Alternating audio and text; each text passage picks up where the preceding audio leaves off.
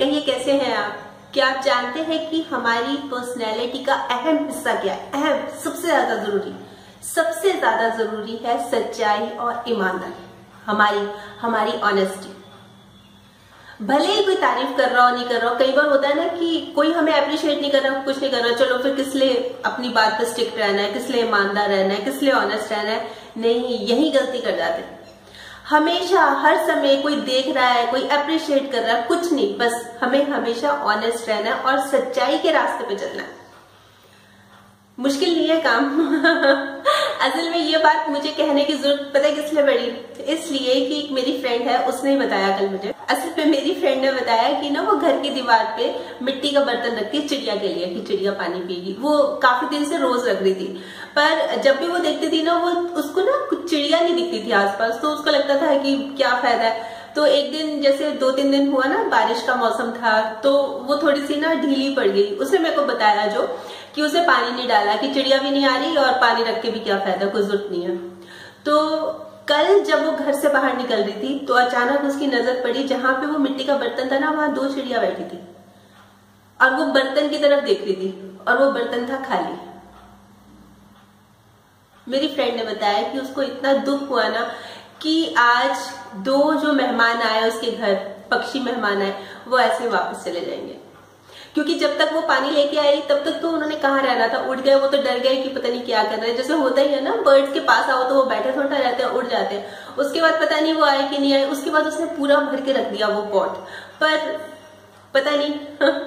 तो उसके बाद मुझे भी बहुत टच हुई कि करते रहना चाहिए। देखिए, इसमें तो कोई 2 राय नहीं है, अच्छाई और ईमानदारी से काम हमें करते रहना चाहिए। वैसे ना इस बारे में कहानी भी बहुत इंटरेस्टिंग है, मैंने पढ़ी थी बहुत टाइम पहले और बहुत इंटरेस्टिंग भी है, और मतलब ये लगता है कि हाँ भाई ऑनेस्ट बने रहना चाहिए।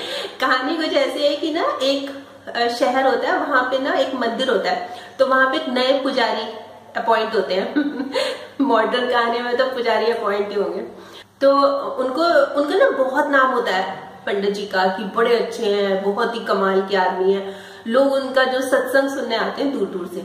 तो एक बार उनको कुछ काम होता है, वो दूसरे शहर उनको जाना होता है, तो वो बस से जाते हैं। तो जब बस में जा रहे होते हैं तो जो बस कंडक्टर होता है ना, तो वो क्या करता है कि जैसे टिकट काट के दिए, उसको पैसे वापस कर दिए। वो जेब में रखने लगे जब पंडित जी पैसे, तो उन्होंने ऐसा महसूस किया कि कंडक्टर ने 10 रुपए ज्यादा दे दिए। तो उन्होंने कहा कि कोई बात नहीं, मन में सोचा कि मैं दे दूंगा उसको, जब स्टेशन आएगा, जब मैं उतरने लगूंगा तब दे दूंगा, कोई ऐसी बात नहीं है। थोड़ी सी आगे जब गए ना तो उनके मन में होने लगा कुछ, कहते वापस किस लिए करने हैं, ऐसी भी क्या बात है, 10 रुपए तो है, ऐसा कोई 100 रुपए थोड़ी ना है। और मतलब अलग अलग उनके ना फीलिंग्स आने लगी। फिर कहते ये तो भगवान का प्रसाद ही है, और ये लोग भी तो कितने लोगों को लूटते हैं, ये भी तो लोग कितने लोगों को तंग करते हैं, तो अगर क्या हुआ अगर मैंने 10 रुपए रख लिए। मतलब इस तरह की उनकी फीलिंग्स मन में चल रही थी। तो उन्होंने अल्टीमेटली ये डिसाइड किया कि मैं पैसे अपने पास ही रखूंगा, ये तो भगवान का प्रसाद है। ये अल्टीमेटली उन्होंने डिसाइड किया। और जब उनका स्टेशन आया, वो उतरे वहां से, तो पता नहीं अनजाने उनका हाथ पॉकेट में चला गया और उन्होंने कंडक्टर को कहा कि भैया ये आपने ना 10 रुपए ज्यादा दे दिए थे, ये लो। तो कंडक्टर ने पता क्या बोला?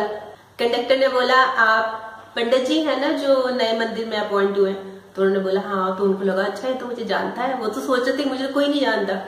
तो उन्होंने कहा कि ना आपका नाम बहुत सुना है, तो मैंने जानबूझ के आपको 10 रुपए ज्यादा दिए थे। मैं आपको चेक करना चाह रहा था कि जो लोग आपको इतना पसंद करते हैं, आपकी इतनी ख्याति है, क्या वो सही है कि वो सिर्फ एक दिखावा है? पर वो सही है।